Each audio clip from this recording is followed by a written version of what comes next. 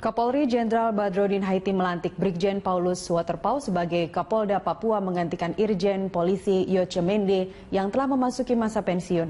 Kita bergabung dengan reporter Julita Telambanua dan juru kamera Krisdianto di Mabes Polri Jakarta. Julita, bagaimana jalannya pelantikan Kapolda Papua hari ini?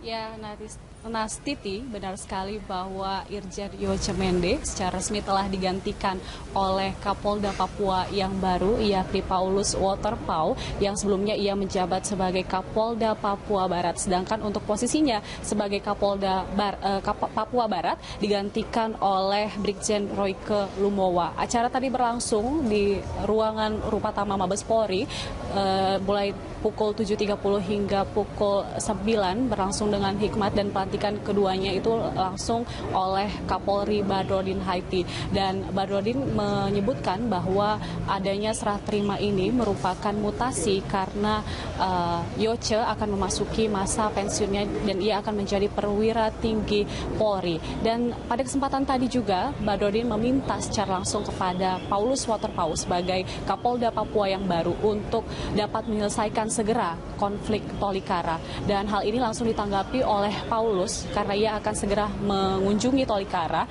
dan kemudian ia akan bertemu dengan tokoh-tokoh adat dan juga tokoh lintas agama di sana, kemudian untuk melakukan mediasi lebih lanjut dan akan menemukan solusi terbaik terkait dengan konflik Tolikara yang telah terjadi beberapa waktu lalu. Dan terkait dengan posisinya pada saat ini, jika kita tilik lebih dalam lagi, selain bahwa si Paulus ini merupakan putra asli daerah Papua, ia juga pernah menjabat sebagai Kapolresta Jayapura, kemudian ia juga pernah menjadi Direktur Kriminal Umum Polda Papua. Nastiti. Baik, terkait kasus lain, dwelling time, apakah ada komentar dari Kapolri Jenderal Polisi Badrodin Haiti?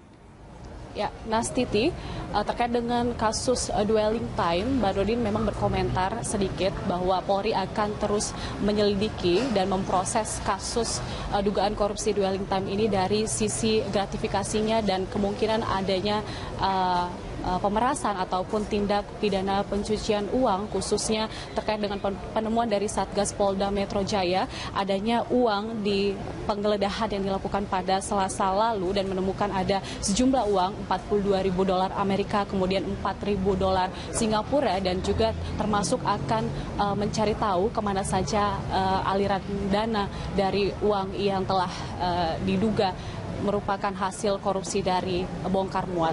Dan berikut pernyataan dari Badrodin Haiti.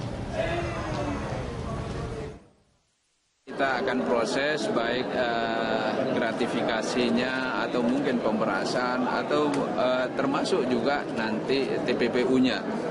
Kita akan cek aliran dananya itu kemana. Nah, ini yang harus dituntaskan. Termasuk juga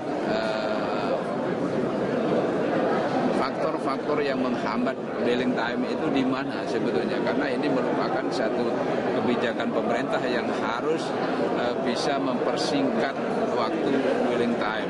Oleh karena itu tentu kita hanya membantu saja nanti kementerian-kementerian terkait yang melakukan pembenahan. Tentu kita hanya mencek di mana yang terlambat, yang ada hambatan-hambatan.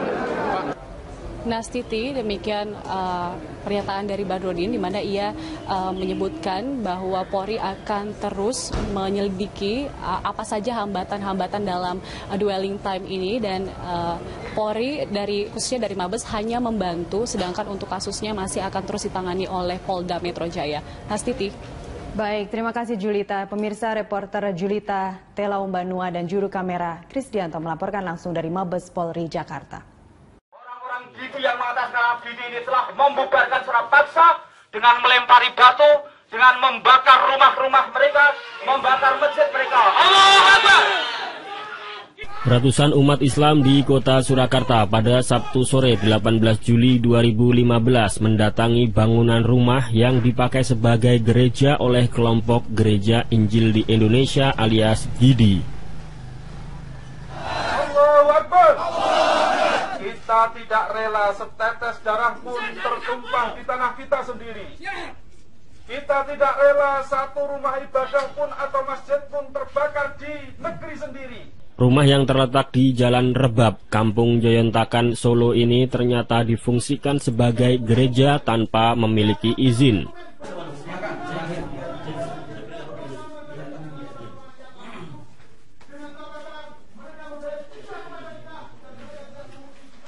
Umat Islam di Solo berang setelah mendengar berita bahwa saudara muslim mereka yang berada di Tolikara, Papua diserang oleh jemaat Gidi hingga menyebabkan sebuah musola dibakar dan jamaah sholat luka-luka.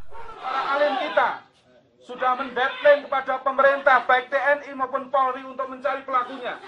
Kalau sampai tidak didapatkan, ada tindakan yang telah dipersiapkan oleh ulama kita.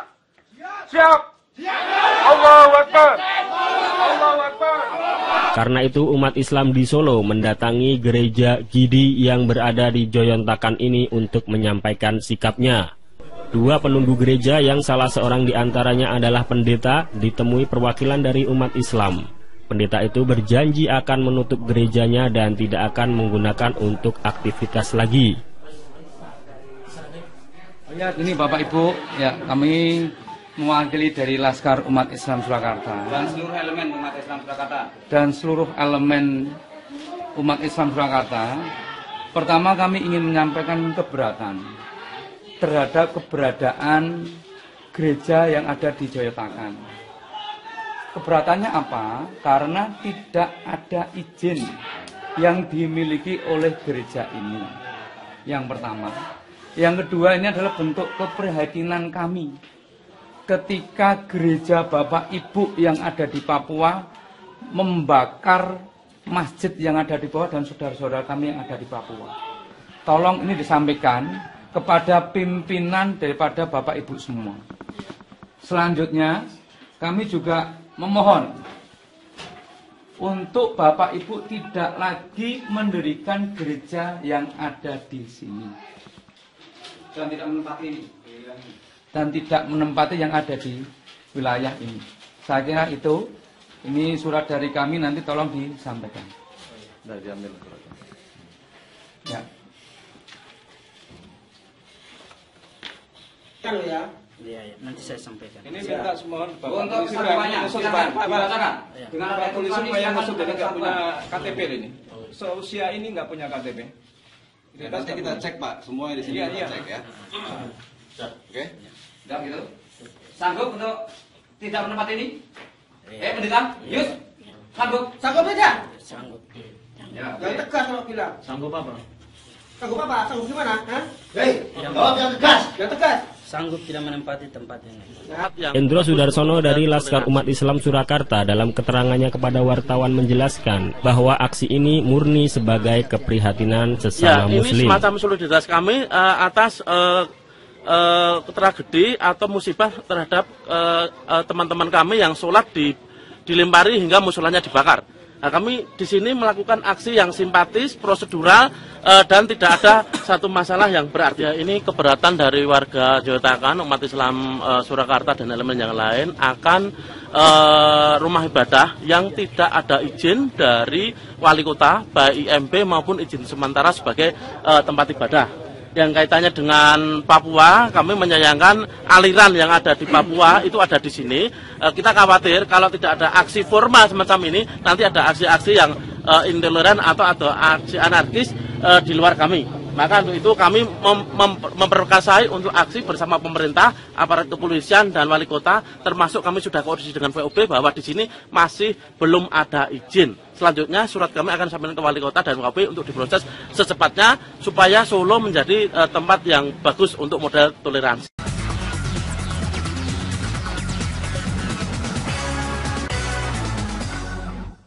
Anda kembali bersama kami di Prime Time Talk dan saya kembali menyapa Bapak Nasir Jamil. Pak Nasir, masih bersama kami?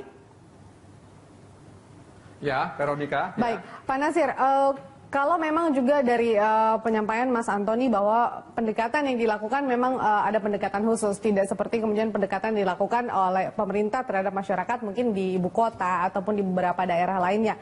Nah, ini juga kan kalau kita lihat bahwa pemerintah sudah beberapa kali melakukan pertemuan dengan pejabat daerah di sana, di Papua, apakah itu gubernurnya atau pejabat setempat. harusnya kan kemudian yang melanjutkan komunikasi ini ke masyarakat adalah pejabatnya. Ini artinya bahwa komunikasi itu sulit kemudian terjalin antara pemerintah dengan masyarakatnya atau pemerintah dengan pejabatnya juga memang tidak cukup baik begitu Pak? Ya itu yang saya katakan tadi, bagaimana kemudian masyarakat Papua melakukan konsolidasi, ya, konsolidasi demokrasi, konsolidasi sosial di tengah-tengah mereka. Bagaimana pemimpin-pemimpin mereka, para kepala daerah bisa melakukan hal ini, ya, sehingga mereka menjadi bahagian dari pemerintahan untuk menyampaikan apa yang sebenarnya telah dilakukan oleh pemerintah. Ya, sehingga kemudian masyarakat Papua mengetahui bahwa pemerintah pusat yang menurut pengetahuan DPR RI sudah berupaya keras, meskipun tadi memang masih ada pandangan bahwa upaya-upaya pemerintah pusat untuk membangun Papua masih dalam tanda kutip di atas kertas, ya. Tapi saya ingin katakan bahwa kucuran dana ke Papua itu cukup signifikan, ya. Nah, karenanya saya pikir konsolidasi di masyarakat Papua ini harus dilakukan. Tentu saja kita tidak kemudian mengatakan bahwa ini adalah upaya untuk ingin tidak puas sebagai bahagian dari orang Indonesia dan lain sebagainya. Nah, di satu sisi saya juga ingin mengatakan bahwa pemerintah pusat hari ini harus segera menjaga, memastikan bahwa kesepakatan perdamaian yang dilakukan oleh tokoh dan pimpinan-pimpinan agama di Papua itu harus dijaga dengan baik gitu loh, ya. Jangan menganggap remeh insiden di Karubaga, Kabupaten Tolikara tersebut, ya. Sebab saya mendengar ada seorang petinggi di TNI yang mengatakan bahwa kasus di Tolikara itu seperti petasan.